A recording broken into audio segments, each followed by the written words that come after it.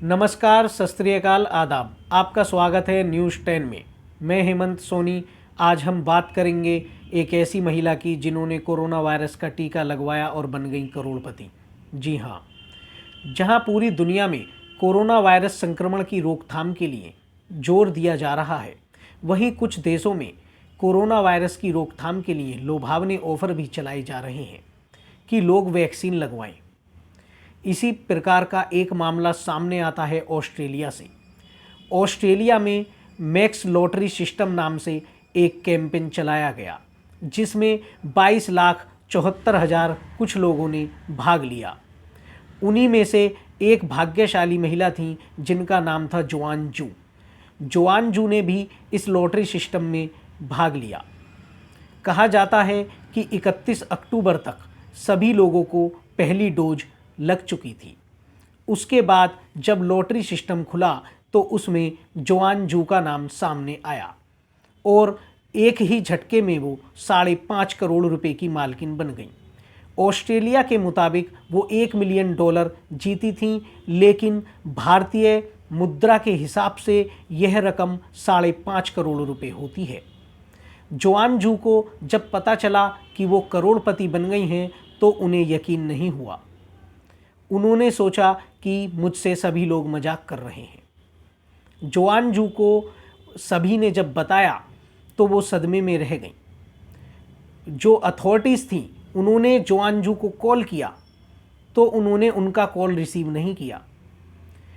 उसके बाद जैसे ही उन्हें दोबारा कॉल किया तो उन्होंने रिसीव किया। जब उन्होंने बताया कि आप करोड़पति बन गई हैं तो उन्होंने कहा कि आप मुझे मेरा चेक दे दीजिए। फिर उनसे ऑस्ट्रेलियाई न्यूज़ ने जब पूछा कि आप इन पैसों का क्या करेंगी, तो उसने कहा कि मैं सबसे पहले अपने परिवार में गिफ्ट बांटूंगी, उसके बाद ये पैसे मैं फ्यूचर के लिए इन्वेस्ट करूंगी। तो इसी प्रकार ये महिला 5.5 करोड़ की मालिकन बन गई।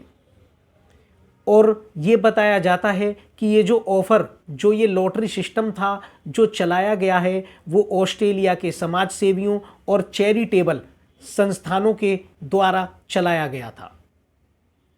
इसके बाद हम बात करेंगे एक ऐसे ही भाग्यशाली लड़के की जिसने मात्र 12 वर्ष की उम्र में 2 करोड़ से भी अधिक की धनराशि कमाई। जी हाँ, हम बात कर रहे हैं बेन्यामिन अहमद की, जो कि लंदन के रहने वाले हैं। बेन्यामिन अहमद ने शुरू से ही स्टडी की थी। वो कोडिंग की पढ़ाई करते थे। 5 साल की उम्र से ही कोडिंग में उनका बहुत रुझान था। जैसे ही कोरोना महामारी का समय आया तो उस दौरान सभी के व्यापार धंधे, काम धंधे चौपट हो चुके थे। होटल्स वगैरह सब बंद थे। सभी बच्चे ज़्यादातर स्कूल की पढ़ाई करने में लगे थे। ऑनलाइन क्लासेस शुरू हो गई थी।